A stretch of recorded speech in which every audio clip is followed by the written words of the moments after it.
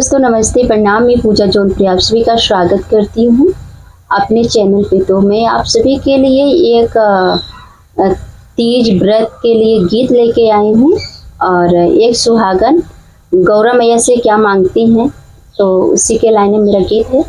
आप लोग सुनिए, कैसा लगेगा कमेंट बॉक्स में जरूर बताना। चरनिया हम तोहारे गौरा माइया हे गौरा माइया, मांगिले हई वरदान हे गौरा माइया हे गौरा माइया।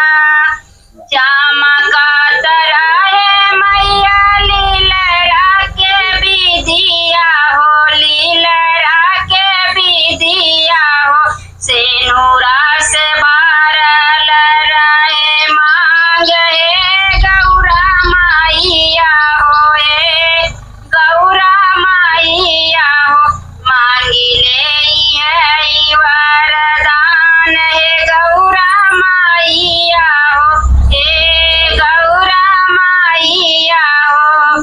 राखिया सेनुरा वाया बात हे गौरा माइया हो, हे गौरा माइया हो।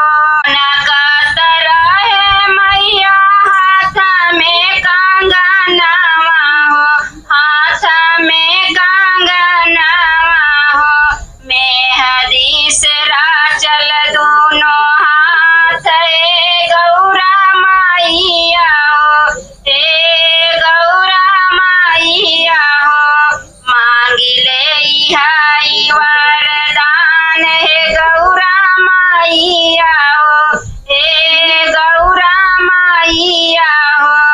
राखिया सेनुरा वाया बात हे गौरा माइया हो, हे गौरा माइया हो।